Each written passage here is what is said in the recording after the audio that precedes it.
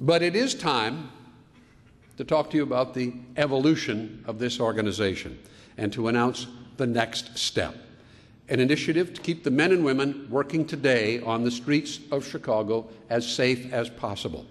Here to make the announcement, Chicago Police Officer John Wrigley. He'll be immediately followed by Chicago Police Memorial Foundation Executive Director Phil Klein. John? Hello, everyone. I'm Officer John Wrigley. I've been with the department about 12 years now. I'm humbled to get up here and tell you my small story of survival. It was about 9 years ago, over 9 years ago today. On February 21st, 2005, I was working in a uniform beat car with my partner. At 1 o'clock in the morning, I remember it being a cold night. We conducted a traffic stop at that point in time. We actually were scheduled to get off work in about a half hour and go home that night.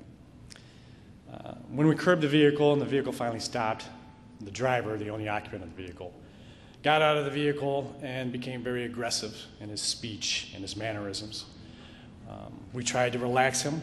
We tried to talk to him. Ensuring officer safety, we approached him and he became more aggressive. It became a fight. During that fight, we were in the middle of the street. We tried to control him. At that point in time, I saw in his right hand a handgun, a 9mm semi-automatic, come out of his front waistband of his clothing. I yelled, "Gun, gun, gun." And what was a simple traffic stop, that ended up to be a fight, now was a gun battle. As I distanced myself from this individual and the other officers tried to distance themselves from this individual, I backed up as fast as I could. I gained my firearm from my holster. I tried to sight up, just like we're all trained to do on the range and any time we're in a combat scenario. At that point in time, I saw him turn around and he was aiming his gun right at me. We were approximately 15 feet away when, to this day, I can still see the muzzle flashes from the front of his gun as it is pointed at me, going off over and over again.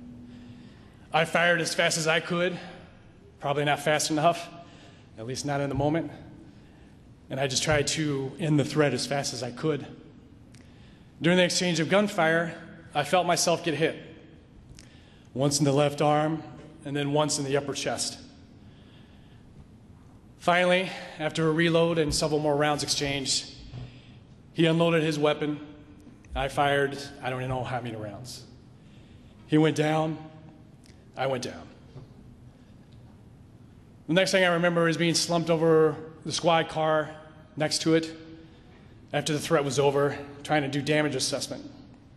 First thing I did was pull up the left sleeve of my leather jacket and I saw a gaping hole in my left arm, bleeding a lot. But my main worry was the hit that I felt to my left chest. I tried to feel around my vest. I tried to feel for blood. I tried to feel for a hole in my chest. Tried to gauge my breathing, not knowing how bad it was. Assisting officers arrived pretty quickly. And the first guys I saw, I got up, I told them I'd been shot, and I needed to get to the hospital as soon as I could. I got in the back of their squad car, they helped me, and they drove me to Cook County Hospital as quick as they could. In the back seat of the squad car, I had time to reflect, and a lot of things were going through my mind, as you can imagine. My life, my family, my friends, time I had at that point, time that I may not have again. I didn't know when I was going to pass out, or if I was going to pass out, or if I was going to live or die. From the cell phone in the back of the squad car, I called my family. I told them they needed to get to Cook County Hospital as soon as they could. I told them I'd been shot. I told them that I was going to be all right, not really knowing if that was the truth or not. We got to the hospital, and the officers who drove me to the hospital helped me into the emergency room. I was able to walk. There, the nurses and the doctor were waiting for me, and they started treating me. The first thing, obviously, they wanted to do was take off my clothing. So they started to take off my leather jacket and the outside clothing that I had and the equipment that I had.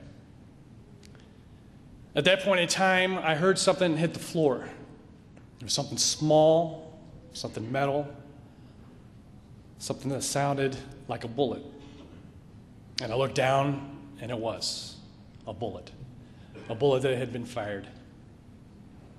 That was the first time in this incident that I took a sigh of relief and began to think to myself, maybe this is okay. Maybe you're going to survive. I got onto the bed of the hospital. The doctor looked me over, and he confirmed what I was hoping. And he came up to me and he said, "Officer, you received a gunshot wound to your left arm. We're going to stitch it up. You're going to be okay. You have a bruise on your left upper chest. You're going to be okay." The bulletproof vest that I was wearing that night did exactly what it was supposed to do. It caught that bullet that was headed right above my heart. And instead of treating a gunshot wound in the emergency room, I had to nurse a bruise over the next couple weeks on my upper chest area. I was wearing my vest that night, and I firmly believe that I'm able to come up here and tell this story to you tonight for two reasons. Number one, that I was really, really lucky that night. And number two is because I was wearing a bulletproof vest, one that was issued to me in the academy, and one that stopped that one bullet that could have changed everything for me. Everything. Thank you for letting me share your story.